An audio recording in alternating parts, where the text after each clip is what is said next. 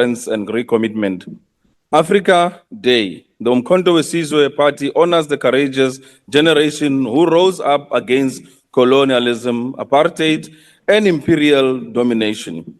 We salute the warriors of liberation who fought for a continent free from foreign rule, economic servitude, and racial tyranny.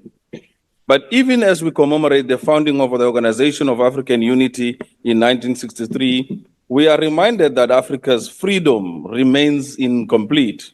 The chains have changed form, but they have not yet been broken.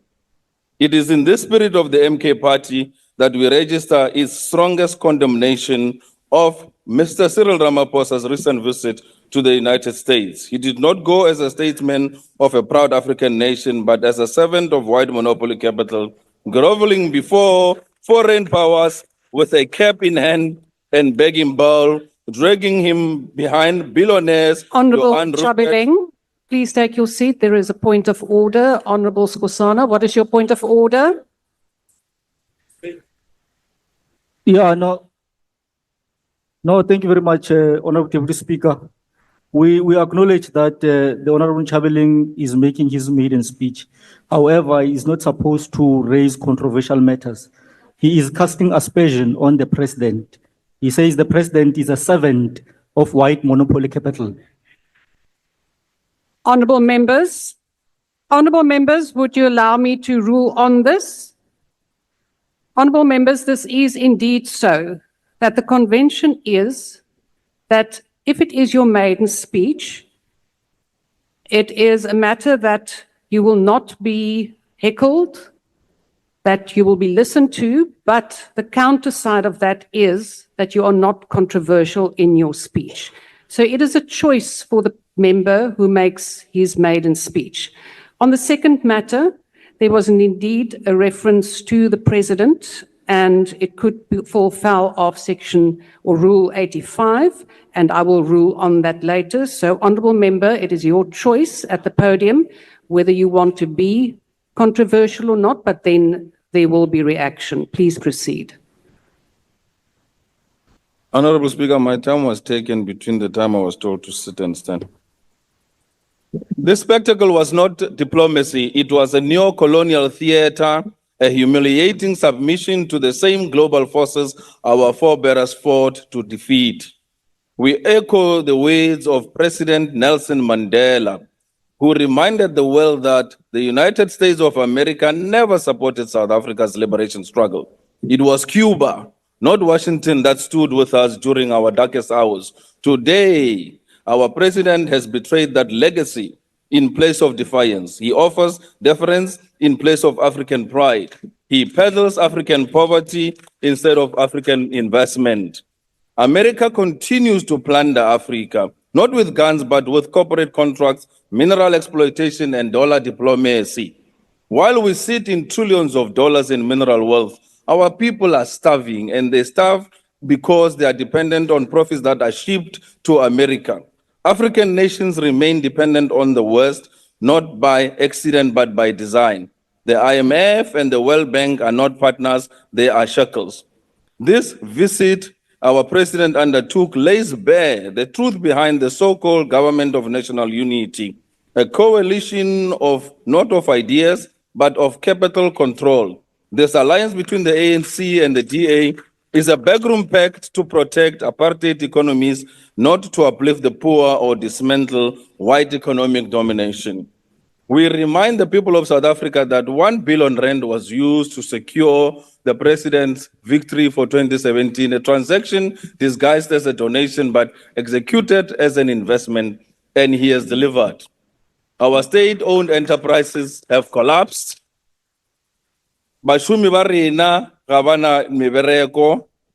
Land has stalled, land reform has stalled, austerity has deepened in terms of poverty. Our sovereignty has been auctioned in Washington and Brussels. As millions struggle to survive in township, informal settlements, and rural homestead, Our so-called president uses public funds to seek the approval of foreign billionaires. Order, This Speaker. is not Africa Day, it is Order, Speaker. betrayal of Africa Day. Gazette, wait. MK party Honorable calls on... Nchabeleng, please take your seat. There is a point of order. Honorable member, what is your point of order? No, thank you, Speaker. We do not have our so-called president. We have a president in the Republic of South Africa, which is the General President Cyril Ramaphosa. Thank you. Thank you.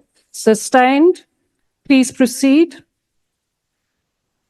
MK party calls on the people of South Africa and all Africans to rise in defiance of our sovereignty. The struggle is not over. We must not fight, not only against external domination, but against internal collaborators who sell out the continent for personal prestige and profit.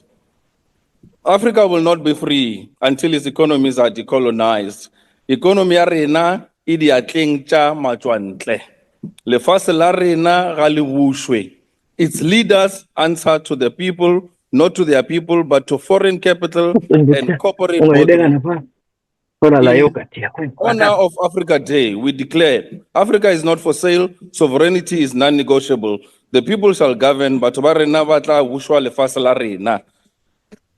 Aluta continua. Madam Speaker, today I do not rise in celebration. I rise in sorrow, in anger, and in deep reflection. I rise not in my rising, I rise with fireworks, but with fire in my bones. We are told it is Africa Day, a day meant to honor the courage of our forebears, to celebrate our identity, our culture, and our land, and to reflect on our freedom sovereignty. But I ask all South Africans, what exactly are we celebrating? What looks like Africa Day? What sounds like Africa? What breathes like Africa? Because the country we live in, the systems we serve under, the laws we obey, reflect anything but Africanism. We sit here in Parliament governed by Roman Dutch law. Our courts cite Latin phrases. Our universities teach British history. Our schools shame our children for speaking their home languages. Our churches label African spirituality as evil, and we allow it. Our traditional leaders and true custodians of the land have now been reduced to symbolic roles, while corporations mine our minerals, steal our wealth, and poison our soil. Madam Speaker, let me be clear. Umkhonto weSizwe does not stand here to perform politics. We are here as midwives of the African Revolution. We want to carry out the mandate of the people, a manifesto rooted in total decolonization, land reform, restoration, and spiritual rebirth. Our people's mandate demands that the dismantling of the colonial state, it demands a legal system that reflects African justice, not Roman punishment. It calls for education that affirms African thought, not Western superiority. It calls for African economies rooted in the dignity and sharing, not exploitation and greed. We are not alone in this call. Across the continent, brave leaders have dared to dream beyond colonial chains. In Burkina Faso, young President Captain Ibrahim Traoré, has stood like a lion, rejecting the French military influence, challenging Western puppetry, and reclaiming Burkina Faso's sovereignty with pride and bravery. And he did not ask for permission. He took back power. In Niger, the people rallied behind the leaders who said no Speaker. more to colonial currency and exploitation. They expelled foreign troops who had overstayed their welcome and Speaker, challenged the old Deputy order. Speaker. The late Namibian president... Honorable member, please Gekko, take your seat. I cannot see who is now raising a hand. And the member on podium take a question. Honorable member Nchabeleng, are you prepared to take a question? No. He's not prepared to. Honorable Nchabeleng, please proceed. In Namibia, the late President Agbo Gekbo, may his soul rest in peace, proudly said, "We are not Europeans, we are Africans. We cannot live under the foreign system forever." And he meant it. These leaders are not perfect, but they are courageous. They are Pan-Africanists in action, not in costumes. They understand that Africa's destiny will never be written in Paris or London, but in Okudugu, in Windhoek, in Lagos, in Johannesburg, and by Africans themselves. So I ask again, Madam Speaker, how dare do we celebrate Africa Day while continuing to reject everything that makes us African? Our land is not yet returned, our languages are dying, Our elders are ignored, our traditions are mocked, our spirituality is erased, our youth are unemployed, criminalized, and hopeless. What good is Africa Day when nothing in this land reflects Africa? We have not restored the sacred balance. We have not returned the drumbeat to the village. We have not rebuilt the fire circles where elders speak, youth learn, and God guides.